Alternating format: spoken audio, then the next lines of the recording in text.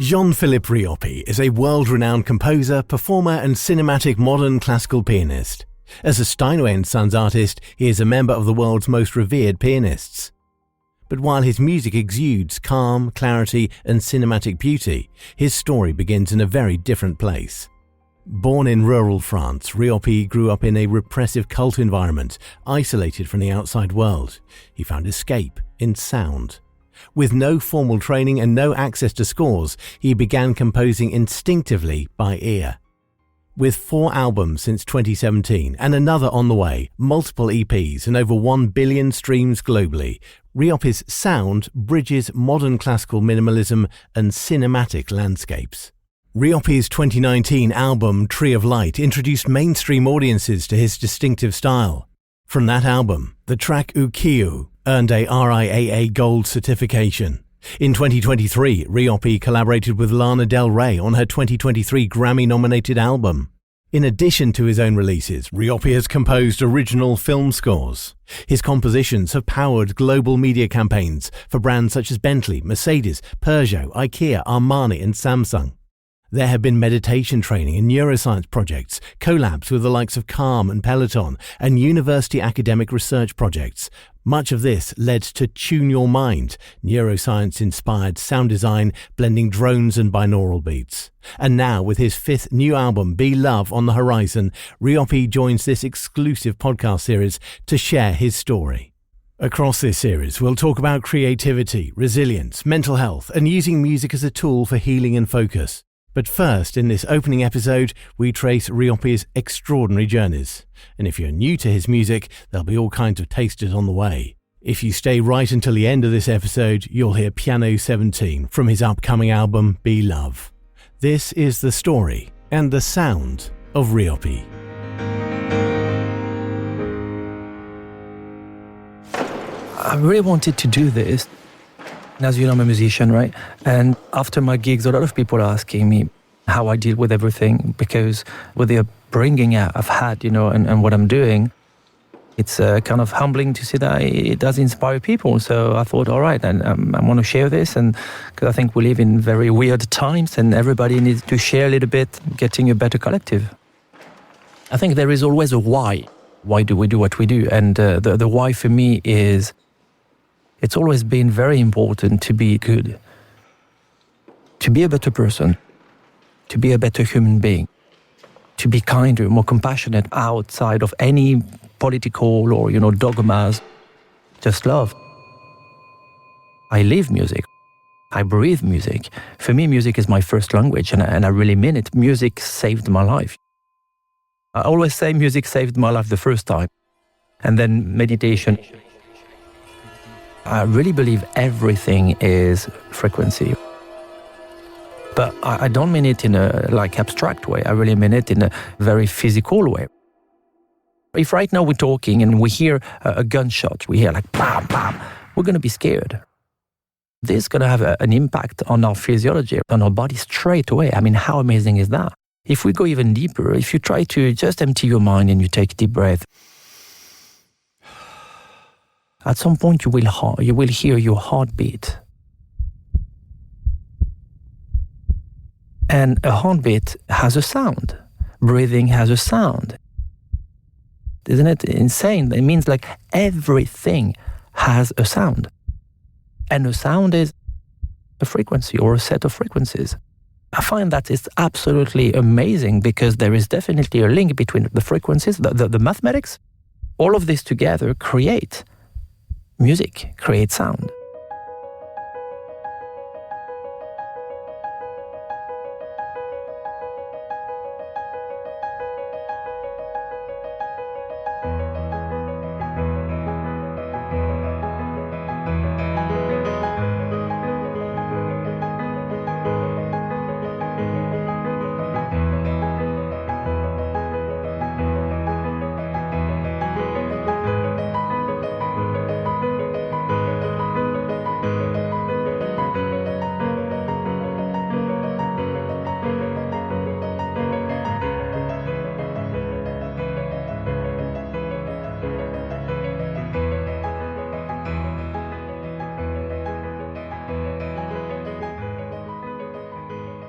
Music from RIOPY's 2018 debut album, the self-titled RIOPY.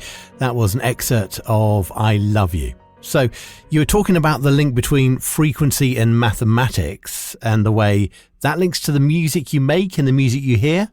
It's funny because for me, like when I walk, when I talk, or whatever happens, I always hear music out of, weird sound. There is always beauty in everything. And in my case, I find the beauty through all these sounds. I share my story, but not as a victim. I want to say a survivor, but I'm not even a survivor anymore because I'm very happy. I had a tricky start, but it made me stronger.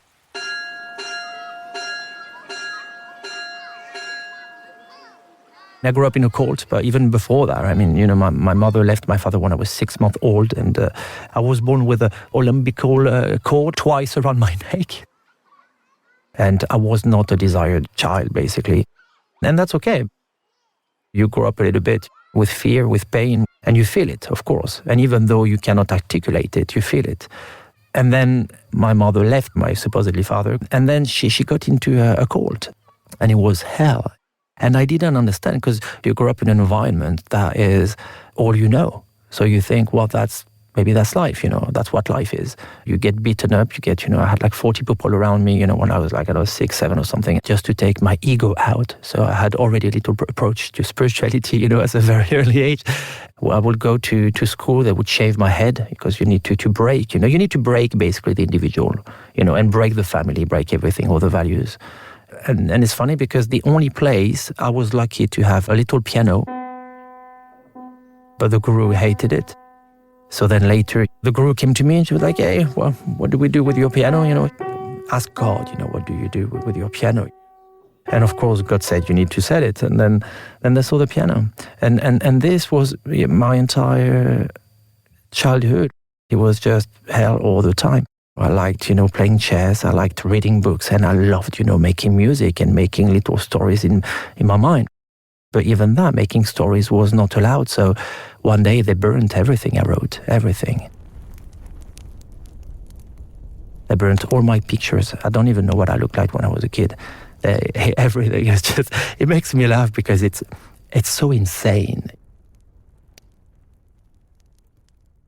I know I'm not the only one. And I also know that many cults operate over the world and people are scared even to talk, to come out, because it is true in those cults in general, you also have influential people. And when I started to kind of rebel a little bit, they would send me to their own psychiatrist, their own psychologist, who made me feel that I was crazy. It was absolutely insane. I was like, you can do whatever you want to me, you will never stop me thinking. And that's the only thing I've always been proud of was my mind. I'm allowed in my mind to think whatever I want.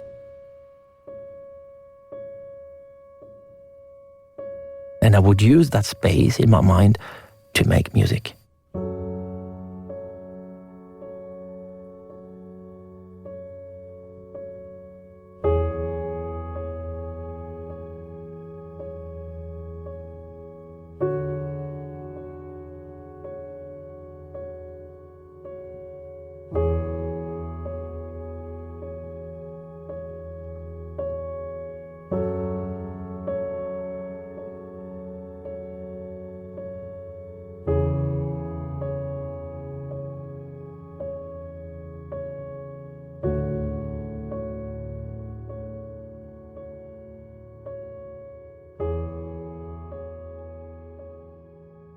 In a piece, part of RIOPY's Tune Your Mind meditation training project, Meditation 66. We're going to hear so much more about the importance that meditation and mind work holds in real life in a future episode. But for now, you were describing life in this cult where they'd taken away your piano, burnt all of your writings and memories. Can you pick up the story from here? I was getting love from my creativity, my imagination. So they took my piano away, and then to punish me for being me, they would give me old clothes from the older people from the cult to wear at school. They would shave my head. They would do everything to humiliate me, as much as they could. But like at that time, it was a castle, and I was in my little tower. That tower actually was very old, so you have a lot of mold. These old castles, they sound glamorous, but it's not very glamorous. They put me in a boarding school 3 miles away. Again, to break me. So what I did, I went to see the director and I asked, like, how can we get a piano here, And the doctor was like, well, if you get, 250 signatures, like a little petition, then I can ask for the commission, we can go get you a piano. So I went in the school break, I just went around and I asked everybody to sign. And I got 250 signatures the same day. And I went back, like, there you go. I had a piano 2 or 3 weeks later. I remember because it was a black Yamaha, and it's still there today, actually, in that school. I would go all the time, absolutely all the time. I wouldn't even eat in the evening. I mean, I was very sick. My body was very sick because I think all the stress and all the trauma and stuff. So so I had a lot of issues, and it was better for me not to eat. I would feel better. So I would feed myself with making music. And that room actually became my room. Like everybody knew me. So it was like every time I would walk in, it was like, oh, there's a Philippe. Yeah, you go and play. My French teacher actually loved what I was doing, and she found me a little job to I would play the piano in this restaurant, in the fish restaurant. Everything for me was going around my music all the time, everywhere. Like it's quite crazy because it's very tough to make a career, as music. I've got a great life today, but when you are 18 years old, you've got your A-level, but you have no money, no friends, no family, nothing. Because again, the cult breaks everything. So I didn't have anybody from family or whatever. I had to find, little jobs, right? So my first job interview was actually McDonald's, and they didn't take me. And then I got the equivalent, which is a Belgian brand in France called Quick. But very quickly after, I was like, you know what, I'm going to go to LA. Because I probably saw some Hollywood movies, with like palm trees and sun and music. I was like, let's do that. So I saved a bit of money and I just bought an open ticket because at the time you could do that. I had an open ticket to LA.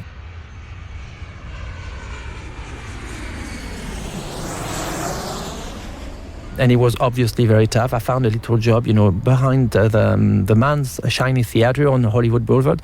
So I was cleaning toilets in exchange for a bed in a dorm. It was extremely scary at the time because, of course, we didn't have the phones like today or, this connected world. There is a guy, I just told him, I was like, excuse me, I'm looking for Hollywood Boulevard. Like, where are you from? I'm like, well, I'm French. He was like, oh, me too. And this guy was actually a French teacher. He was a philosophy teacher at the International School of LA.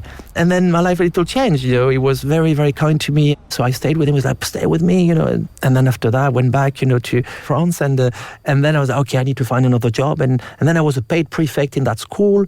They were gifted kids. They were very smart kids. And I actually give them a lot of love, I made them have confidence. And, because I wish I had somebody like that when I was younger, because these kids also had a very, very tough upbringing.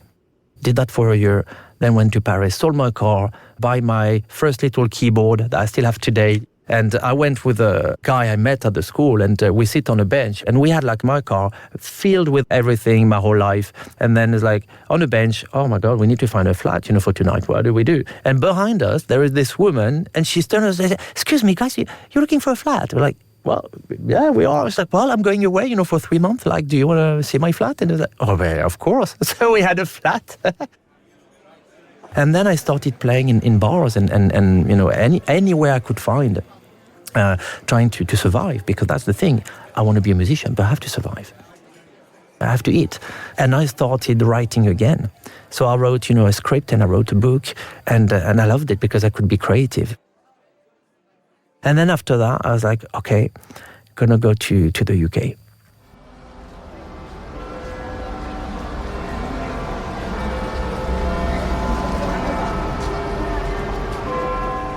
Couldn't find a job in London, so then I went to Reading. I worked in Zara. I was folding clothes all day and stuff. And then one day I just had enough. I needed freedom so much. And I had a slight problem with authority as well, I wasn't fit for society fully. I still am today, but today I can deal with it. I go past this shop called Hickey's. I'm like, oh, that's a music shop. Yeah, why not? So I go there and I was like, hey guys, I'm looking for a job. Like, do you have anything? So I do the interview to sell pianos. So I was like, yeah, it's better, right? I was like, I work in a music shop selling pianos, and they were lovely people. So I felt so good after the interview. I was like, oh, I got the job. I knew I had the job.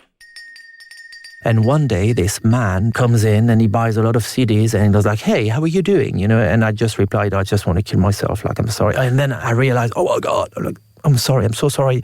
And then the guy is like, well, do you want to talk about it? I'm like, no, I'm really sorry. And it's like, I'll wait for you when the shop closed. Let's go for a coffee. And his name is Michael Freeman. And then he asked me who I was and stuff. And then he's like, well, if your music is like your life, then you're a genius. And then I'm like, oh my God, because I have no ego like this to feel I'm great, or even today I'm not great, I'm just a man. And I felt even more pressure. I was like, oh God. And he was like, let me talk to a friend of mine. He's in Oxford. He's a classical pianist. And then I was like, oh my God, because classical people don't like people like me for some reason. Classical, which is dead people's music. I love classical music, obviously, but it's not seen in a good way, right? When you're a pianist composer, you know. I mean, it wasn't at the time. So he goes back to Hickey's and they put two pianos against, like, two grand pianos next to each other, like just in front of each other. You know, they can actually almost like stick in like Legos, you know. And this guy comes in and I play. And he really closed his eyes and stuff and he really liked it. And then he asked me, can we play together? And I'll never forget that feeling, because when we played together, there was this magic. I had shivers on my hands and I'm like, wow, like, you know, my skin, it was a very pure, magical moment. And, you know, that was, again, a reminder of what music can do to you. It can take you to places, and I think it can heal the whole body. It's the most powerful tool ever.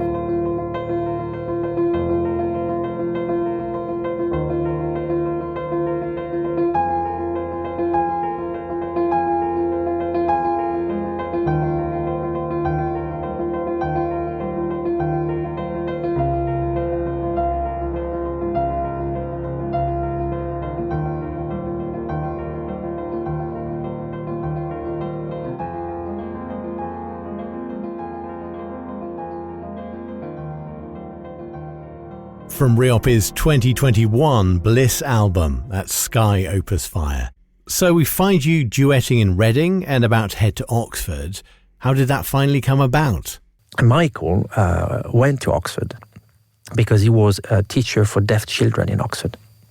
And he said to me, it's more open, you know, you'll be able to play the piano, you'll be able, and I said, yeah, but well, I need to find another job. And so maybe he said, no, you should go and study there. And I'm like, I don't want to study. I hate school. I had a huge problem with authority, as I said. So he got me and what we call unconditional offer, Oxford Brookes for contemporary music. So it was in July 2006, I think it was. I go there and they asked me to play the piano. And then after that, asked me a few questions like, well, we're going to take you. I was like, oh, thank you. I discovered Steve Reich there, so that's the beautiful thing. But I also discovered John Cage, which is not as nice as Steve Reich. But Steve Reich, you know, if some people don't know, I think they should definitely know, like, if you like a bit... I don't like the term minimalist, because I think minimalist is a bit minimalist, right? It's undermining the music of Steve Reich, but it's very... Actually, it's almost trance, if you think about it, kind of transcendental. And that's what minimalist really is. If you repeat something and then you have little harmonies, then you get into a mood, you get into something, and it takes you, right? I would enjoy the life in Oxford, and I think the first time that I ever drank that much in my life.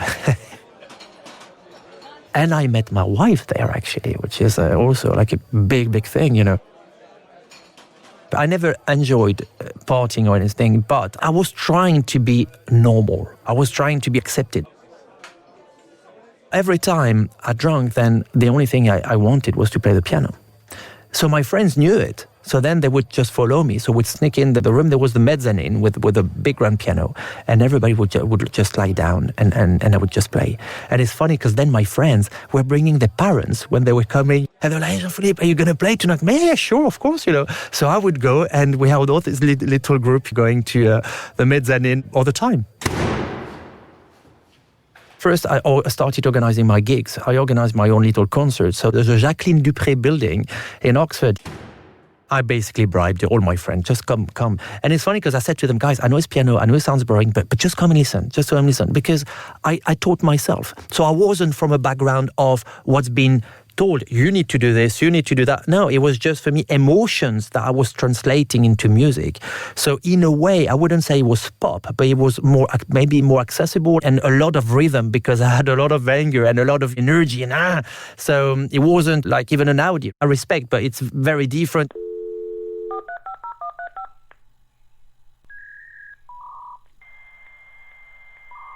And then I put my music on MySpace.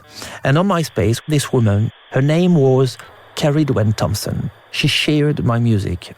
My first piece that I recorded in Oxford called Charm. She loved it so much, she shared it to everybody. She had Michael Nyman, and she had a guy called Nick Saunders. And Nick Saunders sent me an email like, "Hey, I'm a movie producer. I'm based in London. I really like your music. Would you like to meet?" And I was like, oh my God. So I took the bus to go to London and I met him. And I remember because that day we'd seated as you do, right, the British way outside the pub. So we had like quite a few beers, I remember. And same, he asked me about my life and what I was and stuff. And he really liked me. He said to me, well, just finish Oxford and then if you want, I manage you. You can do really well. I think it's beautiful. And I was like, oh, man, wow. So I finished Oxford. I got my degree somehow. And then I went to London. So I started like this. And then doing my gigs. The first one was the Royal Opera House in one of the rooms. And in 2010 it was. And then not long after, Nick's neighbor, she was the head of Vanity Fair. And she was organizing this dinner for this brand Coach in honor of Gwyneth Paltrow at the Arts Club. I got invited there to play one piece of music. I think I was paid like £1,000. I'm getting money to play my music. I was like, oh my God, this is extraordinary. I didn't know this world. It was, it was another world, right? So I go there and I recognize some of the people, because all these famous people and stuff. Oh, well, I've seen this play. And I didn't know, right? Because I just knew it was like, oh yeah, Coach in honor of blah, blah, blah. But I didn't even know she was going to be there. So I was invited to the dinner. So I was at the table with all the marketing girls of like Grazier and all these people and lovely girls. And in the middle of the dinner, Elizabeth, her name was, she stands up and she got a glass with a little fork. Ting, ting, ting. We have a special guest tonight, Jean-Philippe RIOPY, and he's going to play a piece of music for you. And I'm like, oh my God. I stand up and I go towards the piano. And I felt that everybody's looking at me, which probably wasn't just a feeling. I go to the piano and then I let go.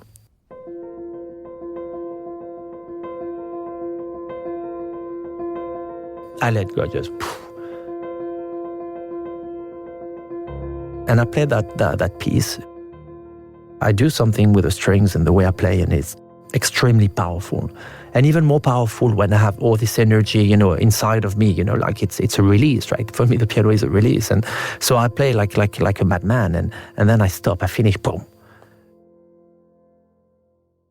And then no noise, nobody moves. And I'm like, oh my God, I failed.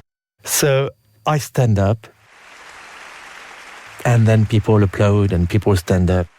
And then what I didn't say is, while going towards the piano before playing, I see on the table that I recognize Mr. Chris Martin. And I finish playing and he looks at me and I go and see him and he thanked me saying, oh, thank you so much, that was amazing. And I'm like, wow. And then he asked me, oh, do you want to stay with us? And, and I didn't want to because I didn't want to, disturb. So went back to my seat, with the girls. And 10 or 15 minutes later, he stands up and he comes to me, gives me a big hug, thank you so much. And then he leaves. And a few weeks later, I heard that he got me a piano. He wanted to help, and my manager made a joke, he could do with a piano. And Chris was like, oh, let me get him a piano. So I got a piano. But I'm still poor, so I don't have a place to put it. I waited 2 years, actually, 2 years, yeah. And then 2 years later, I had my piano at home. And when I had my piano at home, then, of course, I would play day and night. And that's where I made, I Love You and Drive and recording my album, putting them, the mattresses on the walls and, make it like really, because I don't like studios. It's very impersonal. And it feels like a prison. It feels like you're here, by the time, money. I can't, I really needed my freedom. So I did try to please everybody, but I was like, no, I'm not getting what I want. I need to be free. So then I ended up doing it at my place on that piano. And that was my first album.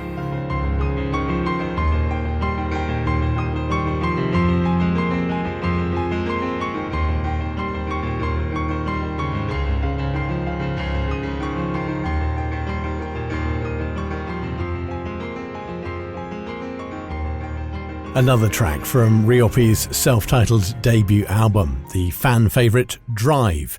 So things on the surface look perfect after that initial album success. I make a living. I've got my flat. I've got a beautiful, grade 2 listed building that I'm renting in East London. So I'm supposed to be happy. I'm a working composer and pianist. I do private shows. I go to China. I go to the US. I do bigger trailers. So I have a career. I have money. First time of my life. I'm like struggling.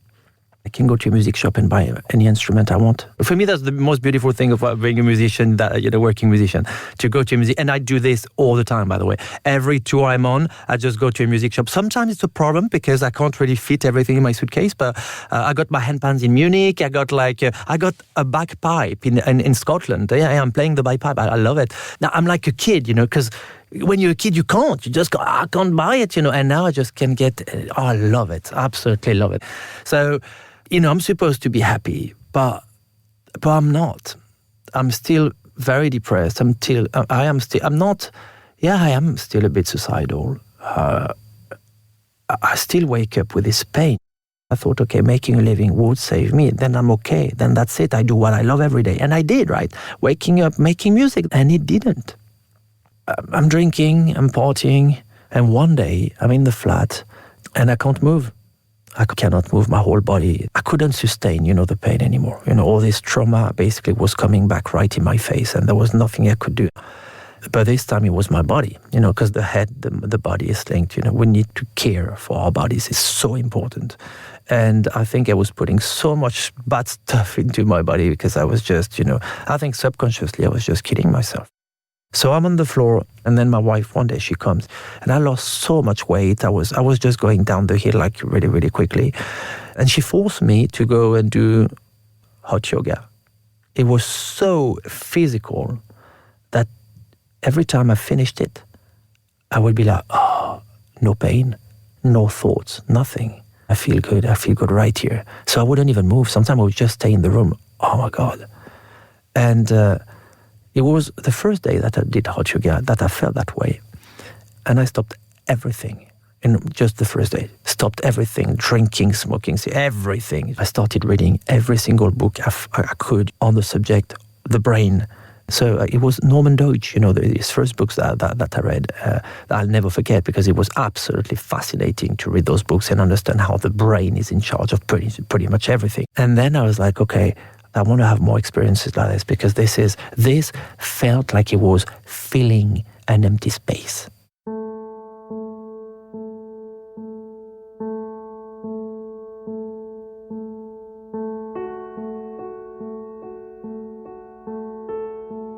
It changed my life. Like literally, I stopped everything in one day. And as I said, I started meditating. And I was meditating as a kid. Because of course in a court, when they put you on the chair all day, what do? You meditate, you cannot help it, you're already doing it. So I knew how to go to that space. You need to go slowly. Everything takes time, right? For me to become a pianist, it wasn't in one day, right? It took me 30 years, it takes time. It will take a few weeks. It's like learning anything new. So I started, doing my own binaural bits. And that's why I created later, To New Mind. And I love how we've ended up this first episode where we sort of heard the sort of parts of your formative years as a child, as a teenager, making that initial success with all the challenges that came with it in your 20s. Yeah. And we are sort of a few years on, not that many years on, but a good few years on. And we're now in a place where I think clearly you're sort of developing a new chapter into this new album. So tell us a little bit about the piece that we're about to play, which is Piano 17. It's funny because I always say, of course, the love and the creativity comes, but we also need tools to express your creativity. And if you look at a piano, it was already like a technological achievement. And basically, Piano 17 is a track that have a lot of piano. 17. That's why Piano 17. 17 layers of different piano. Because I got a Steinway Spurio, which is first a very good piano because, again, if you have a very good piano, it's like a car. If you want to race, it's going to be hard with a Renault Clio.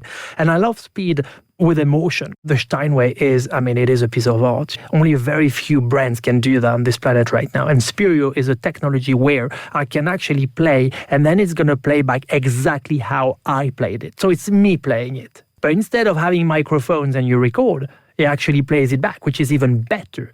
Because then you can have the amazing, the perfect sound, and you can do this yourself. So I don't need anybody else. I don't need people around, so I can be even more creative because I am in my own zone. So I ended up on my piano making these few notes of Piano 17 that we'll hear in a second.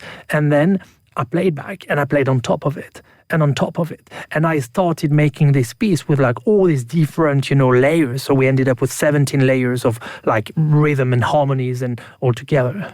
And there's a lot more of your story for us to talk about in the next couple of episodes. But for now, this is just a great way to end this first episode, just coming from your story and that positive outcome, that positive sort of result. And here we are today in 2025 with this piece of music. I agree with you. I think in any case, for anything happening to anyone, we need to be positive. Everybody is going through stuff and it's part of life. And I don't regret anything because if you regret, then you go back to the past and then you put yourself as a victim, which I'm not a victim and nobody is a victim. Yes, things happen, but I really believe the bigger the challenge, the bigger the reward. Because right now, today, I'm much more resilient, much stronger and much happier because now I don't get affected as much and I carry on doing what I do. So yes, I agree with you. Well, there's only one last thing to do for this episode. And that's to play part of Piano 17, the new track from the upcoming album. And if you like it, as I hope you do, then you can hear it in full, both on air and on digital music platforms.